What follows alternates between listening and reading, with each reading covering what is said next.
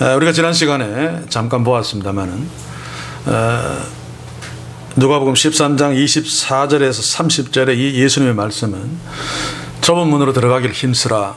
그러면 좁은 문으로 들어갈 수 있을 것이다 라고 하는 구원의 방법을 제시하는 말씀이 아니라고 했습니다. 오히려 후반부에 있는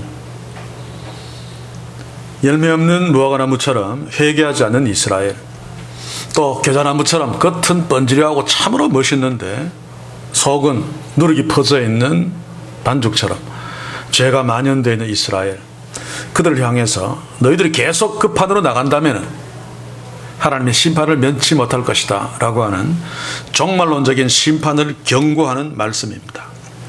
그래서 좁은 문으로 들어가기를 힘쓰라가 오늘 본문 전체 핵심이 아니고 악을 행악하는 모든 자들은 나를 떠나가라 라고 하는 것이 예수님이 이스라엘 향해 하고 싶은 말씀이죠. 그래서 이 때문에 저도 주보의 제목을 행악하는 자들아 나를 떠나가라로 잡은 이유입니다. 그래서 이 행악하는 모든 자들은 나를 떠나가라 라고 하는 그 대상이 우리 교회와 우리가 아니기를 소원하면서 이 말씀 앞에서 우리의 모습들을 비추어 보아야 할 것입니다. 지금 예수님 당시에 타락한 이스라엘, 절대로 회개하지 아니하고 외식으로 잘난 척하고 있는 이스라엘, 계속 그대로 간다면 결국 좁은 문 밖에 쫓겨나 슬피 울며 이갈무로 드러나게 될 것입니다. 이것은 오늘 이 시대에 타락한 교회와 우리에게도 그대로 적용되어집니다. 그래서 적어도 오늘 이 말씀 앞에서 우리는 말씀을 나누면서 세 가지를 우리에게 적어도 질문해야 할 것입니다. 우리 교회 우리는 열매 없는 무화과나무처럼, 잎만 무성한 무화과나무처럼 종교 행위들은 멋있게 있는데 새벽기도 나가고 예배도 막 멋있게 드리고 금식도 하고 막 그런데 실제로 회개하는 삶이 없는, 실제로 살아계신 하나님 앞에서 살지 않는 그런 삶은 아닌가 질문해야 합니다. 또 우리는 겨자나무처럼 겉은 멋있고 새들이 막 날아앉아 평강스럽게 보이지만 속은 누룩이 온 덩이에 퍼져 있는 것처럼 죄의 지배를 받고 있는 그런 삶은 아닌가 질문해야 됩니다. 더 나아가서 오늘 보겠습니다만 행악하는 자들처럼 그 짓을 하며 살면서도 자신들이 그런 줄 모르고 우리는 하나님을 기쁘시게 하면서 산다라고 착각하면서 살고 있지 않은가를 또한 질문해야 됩니다.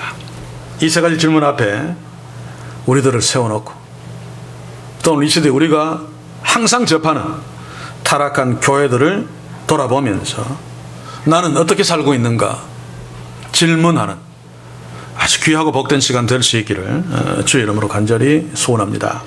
이제 24절 25절 함께 봅시다. 24절을 먼저 다시 보겠습니다.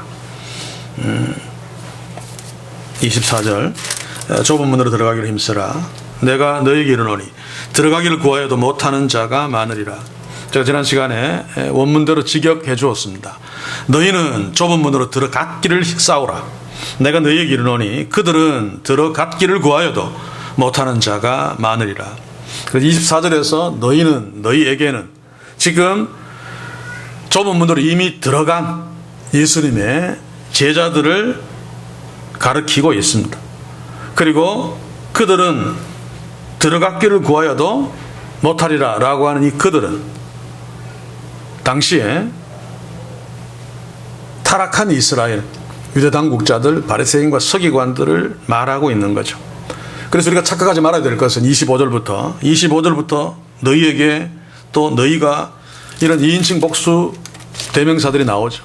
이것은 24절에서 너희가가 아닙니다. 24절에 그들은 들어갔기를 구하여도 못하리라 라고 하는 그들입니다. 그런데 그들이 이제 미래에 좁은 문 밖에 서서 문 안에 있는 예수님과 대화하고 있는 거죠. 예수님이 그들에게 너희는 이라고 이야기하고 있습니다. 그래서 25절 이하부터 나오는 너희는 예수님 당시에 좁은 문이신 예수님을 쳐다보지도 않았던, 좁은 문으로 들어가려고 생각조차 하지 않았던 예루살렘 성전의 유대 당국자들, 바리새인과 서기관들, 타락한 유대인들입니다. 이것을 염두에 두고 이제 이 말씀을 봐야 됩니다. 이들은 문이 닫힌 후에 그 좁은 문이 천국 잔치집의 문인 줄 비로소 압니다. 만천하가 그때 알죠. 그래서 문에 들어가기를 막 두드리다가 안 되니까 우리가 문에 들어갔어야 되는데 왜 우리가 밖에 있습니까? 라고 예수님께 자신들이 문 안에 있어야 될 합당한 조건들을 제시하면서 항의하고 막 억울해서 이를 갈며 자기 자신들의 어떤 비참한 처지를 생각하면서 슬피 울고 있죠. 사랑하는 성도 여러분, 천국으로 들어가는 좁은 문은 눈에 보이지만은 그것이 천국 잔치로 이어진다는 것은 아무도 모릅니다. 눈에 보이는 것이 그것이니까. 그래서 이들은 자기들을 환영하는 넓은 문, 궁궐문 이런 데로 가죠. 우리가 좁은 문 안으로 이미 들어가 있는 것은 전적인 하나님의 은혜입니다. 그 좁은 문만 보고도 이게 천국 잔치로 들어가는 문인 줄 알게 하시고, 들어가기 전에 아는 게 아닙니다. 들어가기 전에는 아무도 모릅니다. 하나님이 그의 은혜로 아무것도 모르는 우리들을 좁은 문 안으로 들여 놓으셨기 때문에 우리는 이게 천국 잔치에 들어가는 문이구나. 하나님이 나한테 이런 은혜를 베푸셨구나. 그래서 예수님은 들어갔기 때문에 거기서 싸우라. 링 위에 예수님이 우리를 올려놓으셨기 때문에 원수들과 열심히 싸우면서 하나님이 준비하신 상을 바라보며 하나님의 영광을 위해 사는 것입니다. 그래서 들어갔기를 싸우라 라고 예수님이 말씀하신 거죠. 그런데 문 밖에 있는 자들은 과거에 살면서도 그 좁은 문이 천국 잔치로 인도하는 문인 줄 전혀 모르고 아니라고 생각하죠. 그래서 예수님을 핍박하고 얕잡아보고 오히려 천국문 안에 있는 자들을 괴롭히고 또 그들을 흉보고 했던 자들이 바로 예루살렘 성전을 중심한 유대 당국자들과 바리새인들과 서기관들이었습니다. 자, 그런데 문이 닫히고 나면 온 천하가 바로 이 좁은 문이 예수 그리스도시고 이게 바로 천국 잔치라는 사실을 믿지 않는 자들에게도 다 드러납니다. 그래서 로마서에 보시면 하나님의 아들들이 예수님이 재림할 때 나타난다 라는 표현을 쓰죠. 우리가 이 시대에 하나님의 아들들이지만은 전혀 그것이 겉으로 드러나지 않습니다. 그 하나님의 아들의 영광이 아무도 모른단 말입니다. 우리는 믿음으로 알지만, 그래서 세상은 하나님의 아들들을 핍박합니다. 등신 같으니까, 미련한 것처럼 보이니까. 그러나 예수님이 재림하실 적에 하나님의 그 영광스러운 아들들의 그 정체가 다 드러납니다. 이때 아이고 그러면서 고개를 숙여봤자 이미 늦은 거죠. 문이 닫혔기 때문입니다. 그래서 오늘 25절을 보시면 문이 한 번 닫힌 후에 라는 표현이 나오죠. 한 번이라고 하는 말은 닫히면 더 이상 열리지 않는 문이다라고 하는 것을 전제하는 것입니다. 이제 좁은 문은 이미 닫혔습니다. 그때 비로소 좁은 문 밖에 있던 바리새인과 서기관들, 유대 당국자들이 깜짝 놀라서 좁은 문을 두드리면서 주여 열어주소서라고 하고 있습니다. 주여 열어주소서라고 말하는 것만 보면 주여라고 부르고 열어주소서라고 간절히 막 두드리죠. 그러면 이들은 좁은 문으로 들어가기를 열망하는 자들처럼 보입니다. 그리고 좁은 문으로 들어가기를 열망했는데 어쩌다가 기회를 놓쳤어. 들어가지 못한 자들처럼 보입니다만은 그러나 이들은 그렇지 않습니다. 제가 지난 시간에 얘기했듯이 좁은 문이 열려 있을 때 결코 좁은 문으로 들어갈 생각도 하지 않았다. 아니 쳐다보지도 않았다. 그것을 오히려 멸시하고 무시했던 이런 자들입니다. 좁은 문이신 예수 그리스도를 죽이려고 했던, 좁은 문을 부수려고 했던, 그래서 아무도 그 문으로 들어가지 못하도록 했던 그런 자들이었죠. 결코 좁은 문으로 들어가기를 열망했던 자들이 아닙니다. 어쩌다가 기회를 놓쳐서 문이 닫혔기 때문에 못 들어간 자들이 아닙니다. 문이 열렸을 때도 그들은 들어가지 않은 자들입니다. 그것을 살필 수 있는 것이 밖에 서서라고 하는 단어죠. 원문대로 보시면 완료형입니다. 이게 무슨 말인가 하면 문이 열려 있을 적에도 밖에 계속 있었고 문이 닫힌 후에도 계속 밖에 있었다라고 하는 것을 강조하기 위함이죠. 또 예수님이 알지 못한다라고 했는 알지 못하노라라고 하는 것도 완료형입니다. 이것은 무엇을 말하는가 하면 문이 열려 있을 적에도 예수님은 그들을 알지 못했고 문이 닫힌 뒤에도 알지 못했다.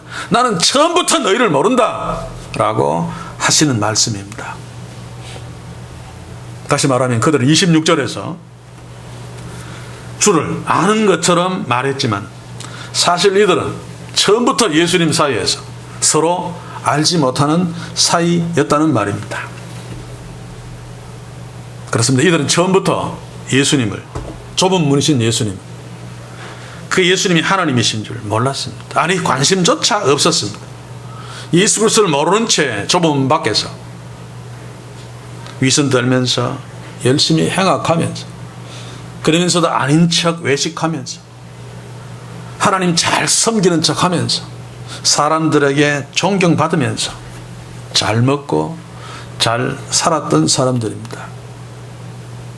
어쩌면 오늘 이 시대에 저 같은 목사들의 모습을 단면적으로 보여주는지도 모르겠습니다.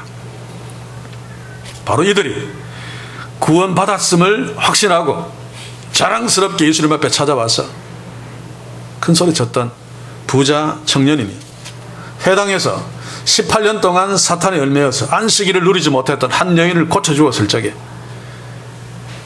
회당장이 예수님을 비난했던 그 회당장들이 바로 이들입니다.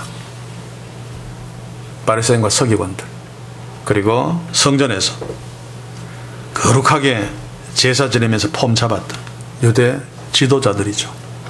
자, 그런데 문제는 과거 이들이 좁은 밖에 있을 적에 자신들은 천국 잔치에 들어갈 만한 충분한 자격을 갖춘 자들이라 라고 확신하며 살았던 그 착각입니다.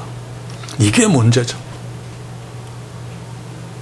자신들이 행악하면서 하나님과 반대로 살아서 자칫하면 큰일 난다라고 조금이라도 생각한 것이 아니라 자기들은 완벽하게 하나님이 만족할 만한 삶을 살았다 라고 확신하면서 살아왔던 자들입니다. 26절에 바로 그것을 말하고 있는 거죠. 이들은 지금 집주인이 예수님인 줄 모릅니다. 그렇죠? 만약에 알았으면 이런 말 못했을 것입니다. 왜냐하면 여당국자들은 예수님과 같이 어울려서 식사하면서 교제한 적이 없습니다. 예수님의 가르침을 들으면서 아멘한 적이 없습니다. 이들은 지금 문 밖에 있으면서 문 안에 있는 집주인이 예수님인 줄 모릅니다. 그래서 여기서 주여라고 하는 것은 퀴리오스, 퀴리에, 그냥 단순히 야훼 하나님을 지금 습관적으로 부르고 있는 거죠. 그러면서 자신들은 야훼 하나님과 먹고 마셨다. 아마 이들은 제사장 무리들일 것입니다. 그들은 성전에서 하나님께 제사 지내고 제사 제물을 먹고 또 포도주를 마시면서 우리는 하나님 앞에서 먹고 마셨다. 하나님께 이 정도로 우리는 잘했다. 그리고 길에서 유대교 랍비들이 율법을 이야기할 적에 그것을 들으면서 우리는 하나님께 가르침을 받았다 라고 아마 생각했을 것입니다. 이런데도 우리가 왜 좁은 문 안으로 들어가는 천국 잔치에 참석하지 못하느냐 라고 지금 화를 내고 있는 거죠. 물론 이들 중에는 실제로 예수님을 만나 함께 식사하고 예수님의 말씀을 배우면서 가르침을 받았던 자들도 있을 것입니다. 가룟 유다가 여기에 포함되어지겠죠. 그런데 이들도 결국 다르지 않았습니다. 그렇죠? 열심히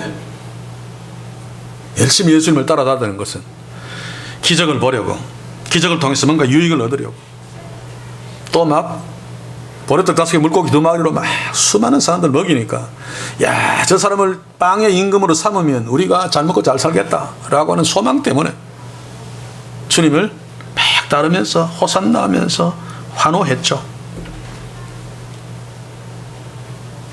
그런데 본질적으로 그들은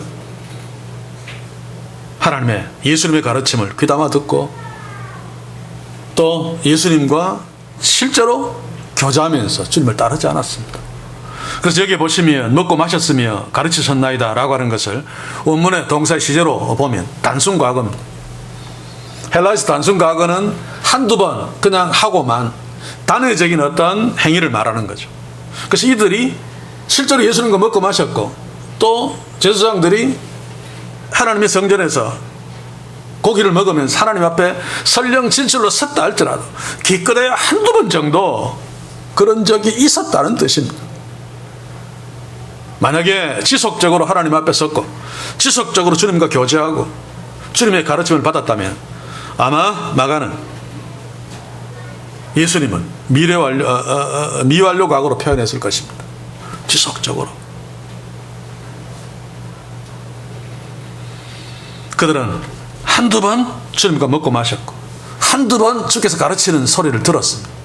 그것도 진실로 온 심정을 다해 주님 앞에 서 있지는 않았습니다.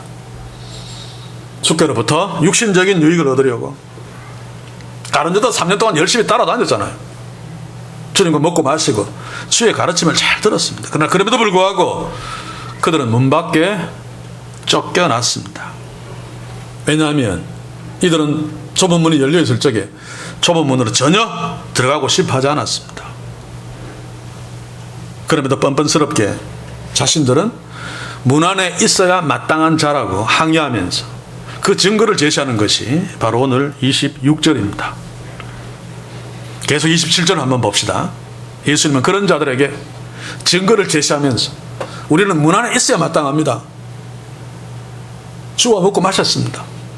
주의 말씀에 그 가르침을 받았습니다. 라고 하는 자들에게 단호하게 처음부터 너희들을 알지 못한다 라고 말씀하시죠. 27절에서도 알지 못하노라가 25절에 알지 못하노 똑같이 완료입니다. 나는 처음부터 지금까지 너희들을 전혀 알지 못해 라고 말하고 있죠. 왜 그들이 이랬습니까? 아는 척 했는데 사실은 처음부터 알지 못하는 자들이었습니까? 예수님이 그들에게 행악하는 모든 자들은 나를 떠나가라 라고 하는 말씀을 보면 손쉽게 알 수 있죠. 여기에 생각하는 자들아 라고 하는 원문대로 보시면 악의 일꾼들 합니다. 악의 일꾼들. 그냥 악을 행하는 자 정도가 아니라 악의 일꾼들. 다시 말하면 이들은 죄 짓는 데 전문가들입니다. 죄 지으면서 아무 그런 거리낌 없이 죄를 일삼아 짓고 있는 자들, 사탄의 하수인이라 그 말입니다. 이들은 하나님과 친한 것처럼 연기하고 행동했지만 실제로는 사탄의 하수인으로 하나님이 싫어하는 죄 짓는 전문가들. 성전에서는 멋있게 제사 드리려고 폼 잡았지만 뒤돌아서서는 온갖 나쁜 짓들을 다 했다.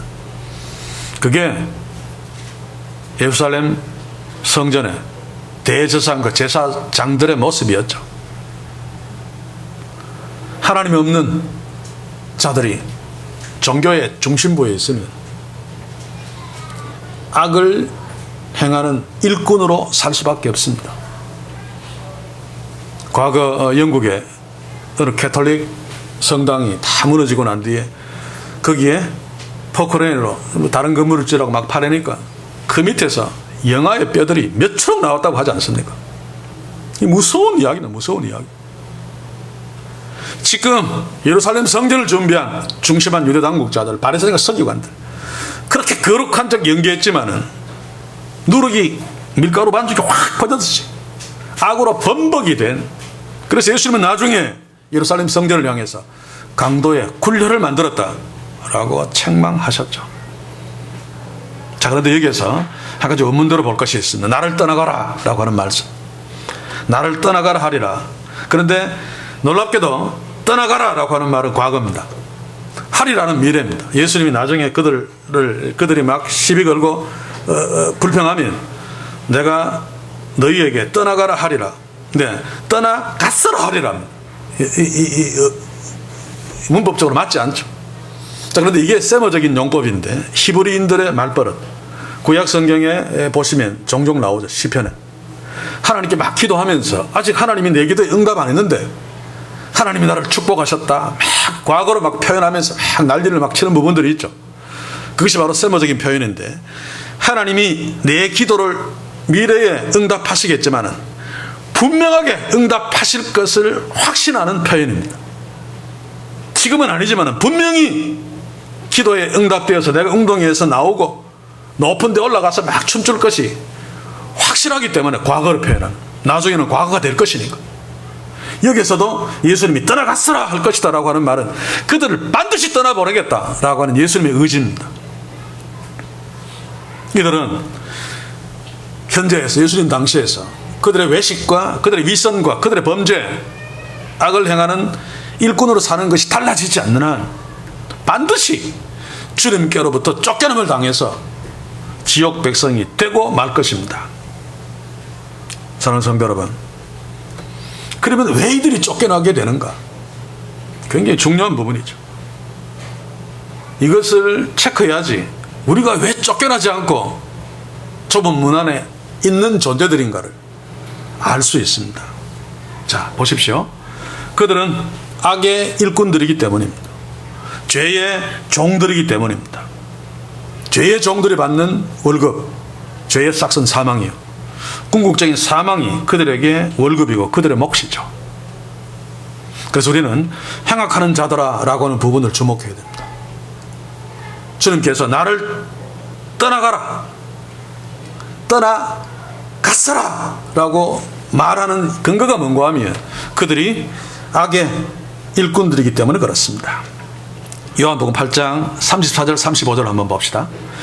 예수께서 대답하시되 진실로 진실로 너희에게 이르노니 죄를 범하는 자마다, 이 범하는 자마다라고 하는 것은 그 분사에 현재형을 썼습니다. 계속 지금 현재 죄 계속 짓고 있는 자들이죠.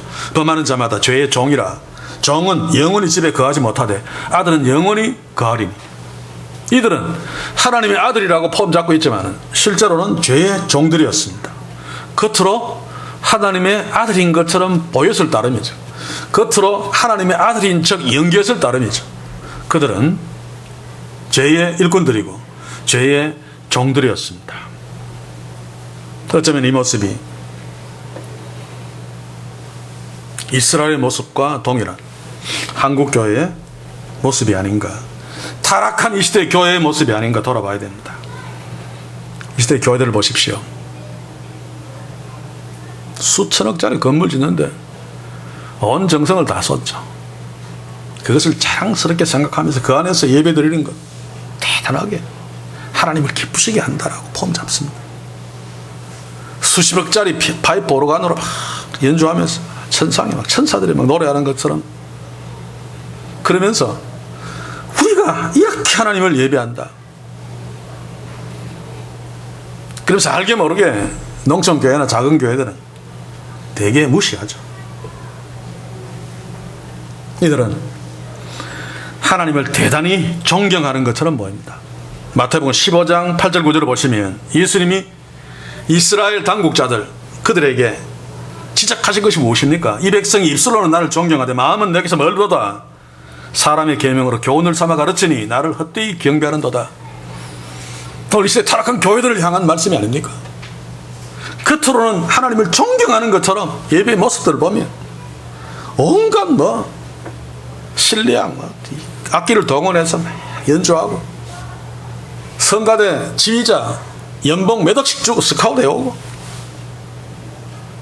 이렇게 정성 들여서 찬양함으로 하나님을 찬송한다.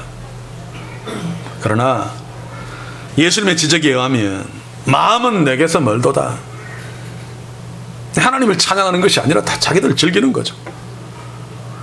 교회 공동체는 그런 어떤 찬양대 이런 모습을 통해서 교회의 위상을 높이려고 하는 것입니다. 방송에 나가니까 아마 기독교 방송에 나가지 않으면, 그 사람들이 보지 않으면 훨씬 더 거기에 정성을 덜 들일 것입니다. 이게 오늘 이 시대의 우리들의 실체입니다. 그리고 예배 때 설교하는 모습들을 보면 하나님의 말씀이라고 하면서 얼마나 거룩하게 폼 잡고 말씀합니까?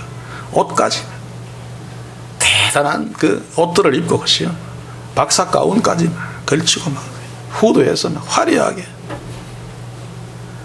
그러면 거기에 또 막 아멘하면서 화답하고 있죠. 그런데 여러분들도 모니터링 해보시면 거의 대부분 인본주의 설교입니다. 그렇죠? 축복을 목적으로 하는 설교, 인간의 계명들이죠. 거기 아멘하면서 환호하는 것은 그것이 나한테 주어지기를 원합니다라고 하는, 마치 예수님이 나귀 새끼를 타고 예루살렘에 입성하실 적에 수많은 사람들이 호산나 다윗의 자손이라고 막 외친 것, 정말 예수님을 환영한 것이 아니라 이 예수님이 정치적인 메시아가 틀림없으니까 예루살렘에 들어가면 로마 제국을 무너뜨리고 메시아 왕국을 건설할 것이다. 그러니 환호하는 것입니다. 이제 우리를 구원하소서라고 외치면서 그런 열광, 미친 듯이 환호하는 부흥해 보이는 그런 모습들. 이게 바로 가짜들의 표시입니다. 가짜들의. 진짜들은 너무 감사하고 너무 기뻐서 물론 환호하고 할 수도 있겠지만 그런 환호를 넘어서죠. 사람이 너무 기쁘면 웃을 수 없습니다. 너무 슬프면 울지 못하는 것처럼.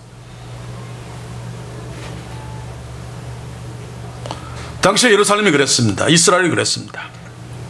지금 이 시대의 교회들이 그런 것 같습니다. 우리는 정말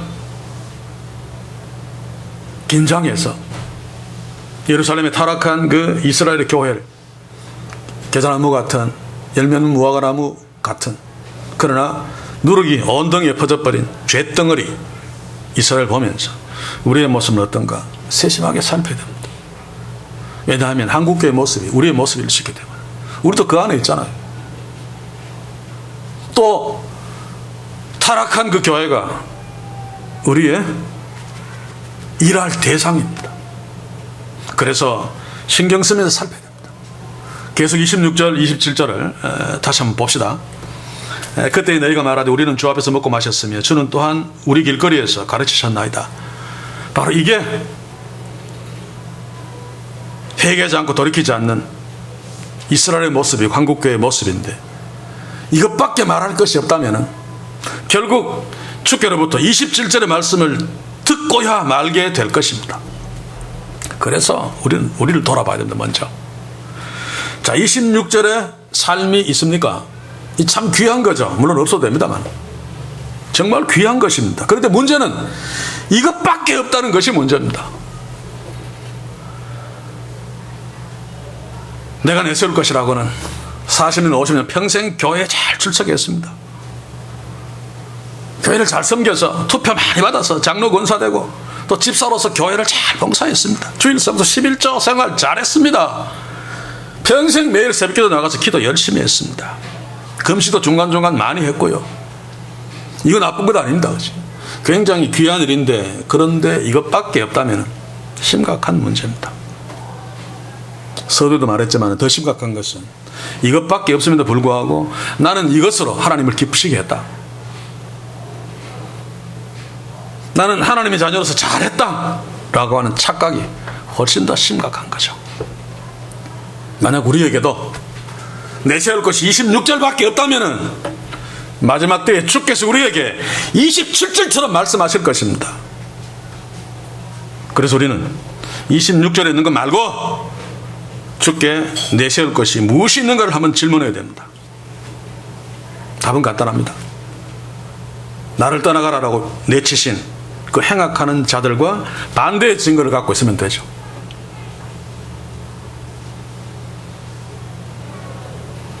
그렇다면 우리는 좁은 문 안에 있는 자가 틀림없습니다. 악의 일꾼들과 반대되는 증거는 바로 하나님의 자녀라는 증거죠. 예수님이 떠나가라 라고 말씀하시지 않을 증거입니다. 그래서 저는 오늘 갈라디아서 5장 18절 24절을 한번 간단하게 보기를 원합니다. 갈라디아서 5장 18절에서 24절. 너희가 만일 성령의 인도하시는 바가 되면 율법 아래 있지 아니하리라. 율법 아래 있지 아니하리는 죄 아래 있지 아니하리라 라고 하는 말입니다. 그 뒤에 19절부터 죄에 대해서 쭉 나오죠. 그런데 거기서 주목할 것은 21절에 보시면 그와 같은 것이라 전에 너희에게 경계한 것 같이 경계하노니 이런 일을 하는 자들은 이런 일을 하는 자 바로 악의 일꾼들을 말합니다. 어쩔 수 없이 소극적으로 덜컥 걸려서 범죄한 것이 아니라 이런 일을 자기의 의지대로 하는 자들, 하나님의 자녀들도 19절에서 21절에 나오는 죄의 목록들을 범할 수 있습니다. 그렇죠? 얼마든지 범할 수 있습니다. 그러나 그럼에도 불구하고 이 죄를 하는 자는 아닙니다. 다시 말해서 죄의 일꾼들이 아니란 말입니다. 무슨 말인가 하면 연약해서 어쩔 수 없이 범죄는 하지만 그래도 우리 속에 계신 성령이 탄식하기 때문에 그 죄가 죄인 줄 알아서 회개하고 다음부터는 내가 죄 안 지어야지 죄와 싸우면서 하나님 자녀답게 살려고 애쓴단 말입니다. 왜냐하면 성령으로 거듭난 자들이기 때문에 새 사람들이기 때문에 그 안에 성령의 열매들이 있죠. 그래서 그 성령의 열매를 구현하려고 애씁니다. 우리 속에 계신 성령께서 죄의 욕심을 이길 수 있도록 역사해 주시기 때문에 좁은 문 안에 이미 있는 자들은 죄의 일꾼 노릇을 하지 아니하고 설령 죄를 짓더라도 죄와 싸운단 말입니다. 바로 이것이 24절을 보시면 그리스도 예수의 사람들은 육체와 함께 그 정과 욕심을 십자가에 못 박았느니라. 다른 의미지만 본질적인 예수님이 십자가에 죽으심으로 우리로 하여금 죄의 그 책들을 사하여 주셨고 또 죄와 싸울 수 있도록 우리 속에 성령을 보내주셔서 십자가의 능력을 발휘할 수 있게 하셨기 때문에 하나님의 자녀들은 한 번씩 약해서 버벅 넘어지고 죄 짓고 하지만 그러나 죄의 일꾼 노릇은 하지 않습니다. 그래서 주목해서 봐야 됩니다. 예수님 당시에 악의 일꾼들이나 이 시대의 타락한 교회들은 좁은 문 밖에 있으면서 거룩한 척 위선 떨고 폼 잡고 있지만 절대로 죄와 싸우지 않습니다. 단지 싸우는 척할 따름입니다. 안 그런 척할 따름입니다. 죄를 계속 숨기고 있죠. 그러나 숨기는 데는 한계가 있습니다. 계속 숨기면 언젠가는 그것이 겉으로 튀어나오게 되어 있죠. 한국교회 오래전에도 죄가 없었던 것은 아닌데 계속 쌓이다 지금은 죄가 밖으로 얼마나 많이 튀어나옵니까? 감당할 수 없을 정도로. 그것은 무엇을 말합니까? 그 안에 누룩이 확 퍼져 있듯이 죄가 엄청나게 교회 안에서 꿈틀거리고 있다는 뜻입니다. 그러니 밖으로 막 튀어나오죠. 그런데 끝까지 아닌 척하면서 위선을 떱니다. 일부 목사가 그런 것처럼 일부가 탈선한 것처럼 우리는 아니다라고. 예루살렘 망대가 무너졌을 때 사람들이 죽었을 적에 예루살렘 사람들은 우리는 아니다. 저들은 범죄했기 때문에 저렇게 당했어도 우리는 아니다 라고 했던 것처럼 그러고들 있습니다.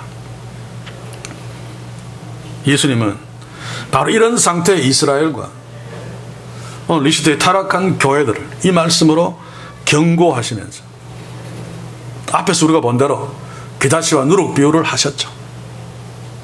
겨자나무같이 화려하고 멋있게 키웠지만 속은 누룩이 온 등에 퍼진 것처럼 죄로 퍼져 있는.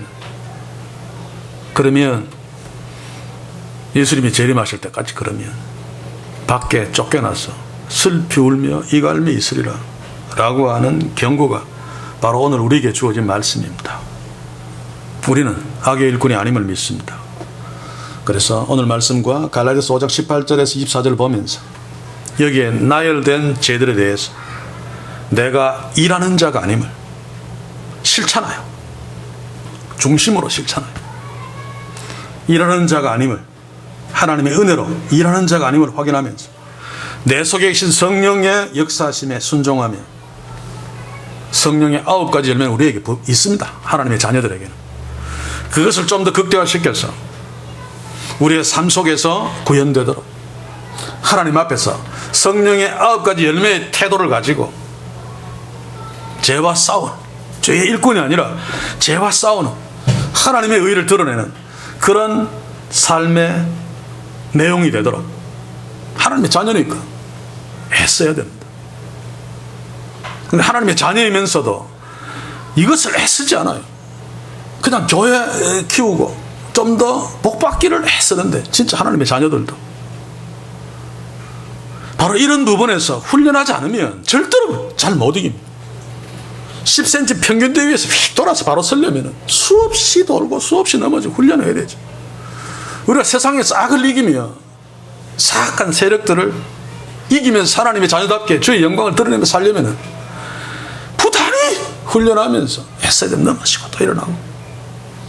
그래서 회개가 축복이고 매일의 말씀 묵상을 통해서 주의 말씀에 순종하며 살려고 애쓰다가 또 못하고, 오늘은 말씀대로 살아야지 몇 개 체크했는데 저녁에 와보면 또 죄짓고, 그러면 또 회개하고, 이게 반복되면서 훈련되는 것입니다. 복받고 성공하기를 기대해야 됩니다. 거기에도 마음을 가져야 되는데, 그러려면은 그 복을 누리기 위한, 죄짓지 않고 높은 데 올라가면 죄짓죠. 대부분 나쁜 짓 하고 교만해지고. 그렇지 않으려면은 성령의 9가지 열매를 내 삶에서 풍성히 구현될 수 있도록 매일매일의 삶 속에 하나님의 말씀 앞에 서서 훈련해야 됩니다. 그래서 성경 말씀 읽으라고 하는 것이고, 그래서 기도합시다라고 하는 것입니다. 하나님을 좀 더 가까이서, 어떨 때는 한 달에 한 번도 의식하지 못했던 하나님, 일주일에 한 번 정도는 의식하고, 더 나아가서 매일 한 번 정도는 의식하고, 더 나아가면 매일 어떤 순간을 만날 때마다 하나님을 의식하는, 이게 바로 훈련을 통하지 않고서는 불가능하죠. 우리에게 이것의 중요성을 의식하면서 말씀으로 날마다 성령의 9가지 열매를 삶 속에서 구현하려는 애씀을 통해, 특별히 결정적인 순간에 전능자 하나님 예수 그리스도 십자가를 만나고 의식하는 그런 복된 우리가 될 수 있기를 주의 이름으로 간절히 소원합니다. 자, 그런데 악의 일꾼들에 대해서 선언하시는 주님의 심판을 한번 봅시다. 28절. 너희가 아브라함과 이삭과 야곱과 모든 선지자는 하나님 나라에 있고 오직 너희는 밖에 쫓겨난 것을 볼 때에 거기서 울며 슬피 울며 이를 갈미 있으리라. 여기서 보시면 하나님 나라에 있는 자들 아브라함과 이삭과 야곱과 모든 선지자로 제한해 버리죠. 그래서 지금 문 밖에 있는 타락한 이스라엘과 차별해 버리십니다. 아브라함과 이삭과 야곱을 언급한 것은 무슨 이유 때문입니까? 이들이 지금 밖에 있는 이스라엘 백성들이 자기 조상이라고 막 자랑하는 자들입니다. 그런데 이들은 어떻게 천국 문 안에 들어오게 되었는가? 아브라함은 히브리인이기 때문에, 히브리인의 혈통을 갖고 있기 때문에 구원받은 게 아니죠.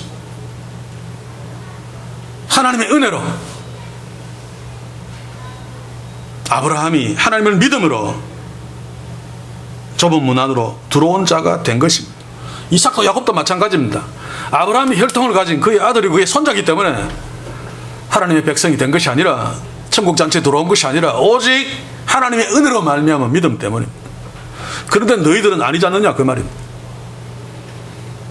하나님의 은혜로가 아니라 아브라함과 이삭과 야곱이 자기 조상인 것을 자랑하면서 그 혈통으로 우리가 구원받았다라고 믿었기 때문에 그들은 좁은 밖에 내쳐지는 것은 당연합니다. 오늘 이 시대에 가짜 타락한 교회들을 보십시오. 무엇을 자랑합니까? 전통들, 위대한 목사들, 위대하게 이루어놓은 것들. 여러분, 이것은 자랑도 되고 안 하면 더 나은 것이 아니고 자랑할 것이 아닙니다.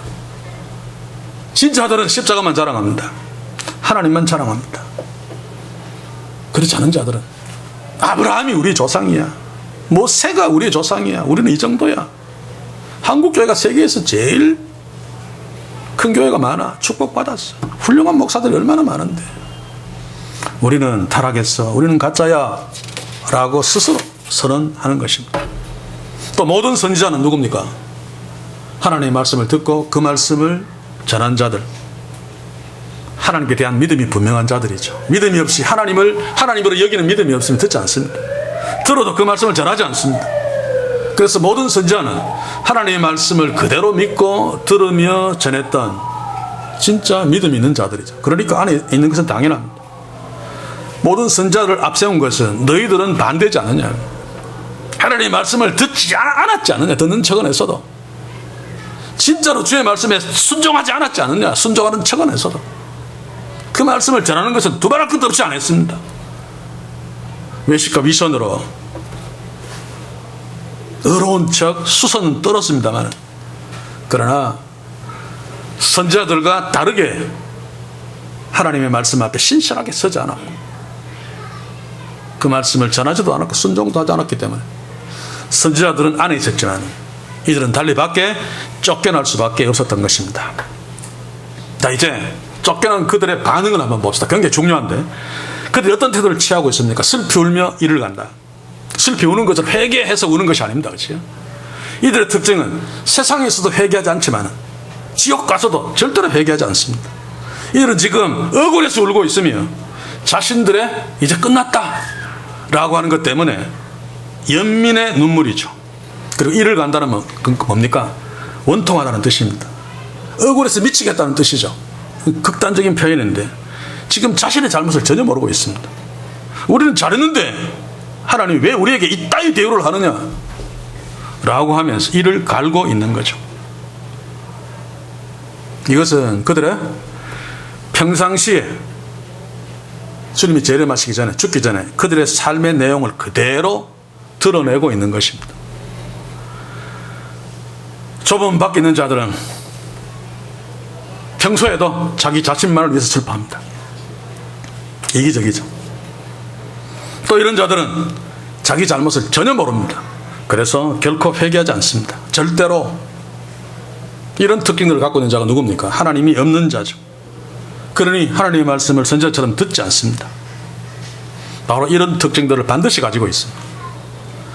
우리가 이제 앞으로 누가복음 16장에 가시면 부자와 나설의 비유를 상세하게 볼 터인데, 이 비유는 예수님이 천국 지옥을 이야기하려는 것이 아니죠. 이 비유의 주인공은 부자입니다. 부자. 지금 유대 당국자들, 바리새인 서기관들, 타락한 이스라엘을 부자로 지금 비유해서 말씀하고 있는 거죠. 그래서 이 비유의 핵심도 후반부에 있습니다. 부자의 특징이 뭡니까? 지옥 갔어도 자신의 잘못을 모르고 있습니다. 거기서도 자기밖에 모릅니다. 자기가 좀 뜨겁고 물 한 방울 달라고 하면서 나사로한테 심부름 시키죠. 나사로에게 미안한 기색이 전혀 없습니다. 지옥에 떨어졌음에도 아직도 자기는 대단한 존재고 나사로는 자기의 심부름밖에 할 수 없는 존재로 여기고 앉아 있습니다. 이게 문 밖에 쫓겨난 행악하는 자들의 특징적인 모습이죠. 부자가 회개하는 모습이 비유 속에 있습니까? 없죠. 자기밖에 모릅니다. 그래서 자기 형제들을 위해서 나사로를 좀 보내달라, 또 심부름 시키려고 합니다. 아브라함이 모세와 선지자가 있으면 된다, 하나님의 말씀으로 구원받는 거지.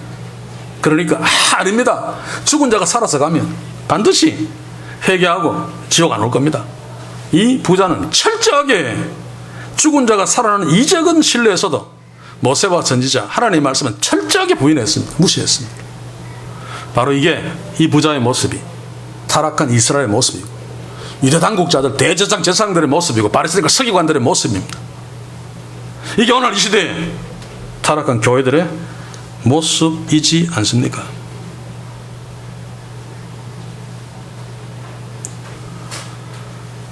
우리는 어떻습니까? 혹시 문 밖에 쫓겨나던 자들처럼, 쫓겨나지는 않았습니다. 우리는, 그렇죠? 쫓겨난 자들처럼, 지옥간 부자처럼 혹시 살고 있는 내 삶의 모습은 없는지 돌아봐야 됩니다. 아직도 하나님의 영광, 하나님 나라는 전혀 뒷전이고 관심 없고 나밖에 모르고 살지 않은가? 한번 질문해야 됩니다. 분명 많은 잘못을 했음에도 불구하고 전혀 그렇지 않은 것처럼, 나사로에게 조금 더 미안한 생각을 가지지 않은, 그래서 심부름만 시키려 했던 부자처럼 나도 그런 모습으로 살고 있지 않은가? 하나님의 자녀라고 하면서 하나님의 말씀에는 별 관심이 없고 엉뚱한 세상사에 뭐 기적이 일어났다, 무슨 부흥회, 뭐 성령 폭발, 그러면 막 쫓아가서 이러면서도 진짜 진지하게 성경책 한번 펼쳐서 주의 말씀을 주목하며 하나님 앞에 서려고 한 적이 한 번도 없는, 혹시 우리들도 그렇지 않은가? 돌아봐야 됩니다. 타락한 이 시대에 교회들을 한번 봅시다. 우리의 모습이 아니기를 바랍니다만, 코로나19 상황에서 이 시대 교회들은 어떻게 대처하고 있습니까? 비대면 예배를 이야기하는 모습을 보면서 그게 우리한테 얼마나 손해보는 줄 아느냐? 사실은 손해보죠. 헌금 팍팍 줄고, 그러면서 정부를 향해서 종교 탄압이라고 화를 내죠. 어떤 교회는 방호복을 입고 대면 예배를 함으로써 뉴스에 막 나오고 했습니다만, 이게 예배에 목숨을 걸었다고 시위하는데 위선입니다. 틀림없이 뉴스에 나오고 사람들에게 주목될 것을 계산한 거죠. 사랑하는 성도 여러분, 정말로 이 시대 교회들이 좁은 문 안에 있는 교회라면 비대면 예배를 얘기함으로 좀 손해를 본다 할지라도 지금은 비상식이니까 손해를 감수하고, 또 방호복 그거 얼마나 비쌉니까? 그거 사는 돈으로 코로나19로 어려움을 겪는 힘든 이웃들에게 나누어 줄 수 있다면 얼마나 좋았겠습니까? 그런데 전혀 그런 생각은 하지 않고 있습니다. 정부를 향해서, 세상을 향해서 큰 소리 치면서 우리는 예배에 이토록 목숨을 걸었다고 하면서 교회 권리를 주장하면서도 회개의 목소리는 전혀 없습니다.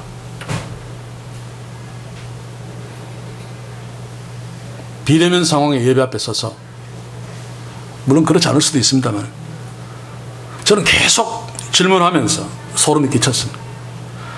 혹시 하나님이 코로나19로 이전에 수많은 교회에서 사람이 그렇게 모여서 대면 예배 막 하는 거, 이 예배 나 싫어! 차라리 비대면 예배가 나! 라고 책망하시는 것은 아닌지 한번 생각해보고 지난 우리의 예배를 돌아보고 회개할 필요가 있지 않겠습니까? 대면 예배를 주장한다며 종교 탄압이다 라고 하기 전에, 그리고 20% 제한해서 예배하는 그 광경을 저는 TV에서 보면서 덤성덤성 앉아있는, 혹시 하나님이 이전에 교회에 꽉 찬 사람들 그 모습이 너희들의 욕심으로 전도해서 교회에 꽉꽉 채워놓은 그거 나 싫어, 이게 너희들의 수준이야 라고 말씀하시는 것처럼 들려서 굉장히 두려웠습니다. 사랑하는 성도 여러분, 물론 정부가 개신교를 탄압하는 경향이 있는 것 틀림없습니다. 그러나 우리가 주님께로부터 원수까지도 사랑하라는 말씀을 들었고, 또 정부는 하나님이 주신 권세로 지금 서 있는 게 정부입니다. 그래서 노골적으로 하나님의 교회와 원수시하지 않는 한 정부가 하라는 일에 순종하는 것이 하나님의 권세에 순종하는 것입니다. 조금 손해보는 어떻습니까? 비대면 예배 하나님이 기뻐하시지 않는다고 할지라도 비대면 예배 드리다가 시간 지나가면 하나님이 아씨 너희들 미워하고 막 외면하시겠습니까? 언젠가는 다 지나갑니다. 언젠가는 대면 예배를 드리게 되는 날이 올 것입니다. 그렇다면 이 상황 속에서 우리 자신들을 좀 돌아보면서 반성하며 회개하는 시간을 갖는 것이 훨씬 더 하나님의 자녀다운 모습인데, 오늘 이 타락한 교회들은 그러지 않고 있잖아요.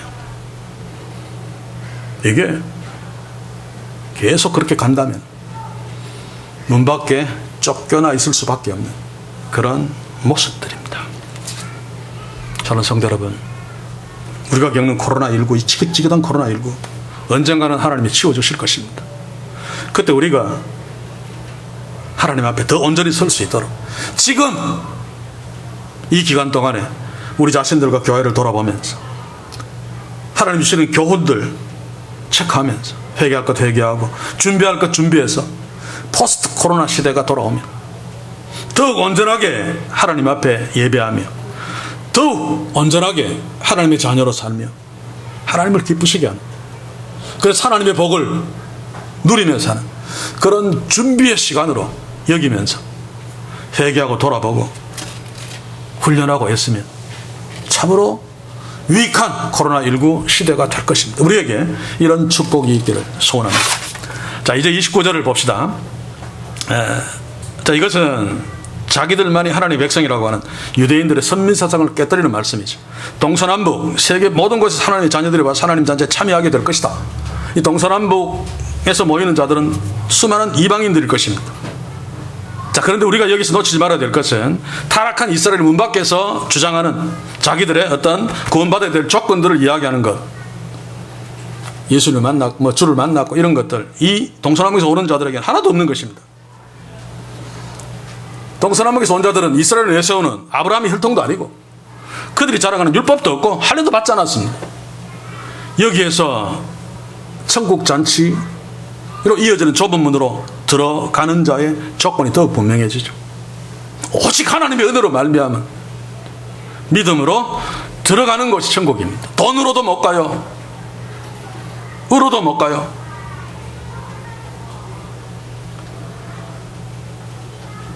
자, 바로 이게 하나님 나라인데 우리는 이 시대 교회들은 하나님의 축복을 받으려고 얼마나 몸부림을 치고 있습니까? 노력하고 애쓰고 열심을 내지 말자는 것이 아닙니다. 우리가 열심을 내는 것은 들어왔기 때문에 열심을 내는 것이 들어가기 위해서 열심을 내는 것이 아니란 말입니다. 복을 이미 받았기 때문에 감사해서 열심을 내는 것이지 복을 받기 위해서 열심을 내는 것이 아닙니다. 그렇게 열심을 낸다면 그것은 하나님을 조롱하는 것이고 조롱하는 것. 하나님을 나쁜 우리 아버지로 만드는 것입니다. 이런 신앙의 행태들 우리에게는 없기를 소원합니다. 이제 30절을 보면서 말씀 마무리 지읍시다. 여기 보시면 나중된 자라고 하는 것은 꼴등된 자입니다. 그렇죠? 그리고 현재형입니다. 그래서 지금 꼴등인 자 last. 그리고 먼저 된 자는 1등 first. 1등 되어 현재 있는 자. 자, 이게 무슨 말합니까? 누가복음 9장 35절 제가 한번 읽겠습니다. 예수께서 앉으사 12 제자를 불러 이르시되 아무든지 첫 자가 되고자 하면 뭇사람의 끝이 되며 뭇사람을 섬기는 자가 되어야 하리라. 이게 문 안에 있는 자들의 모습이죠.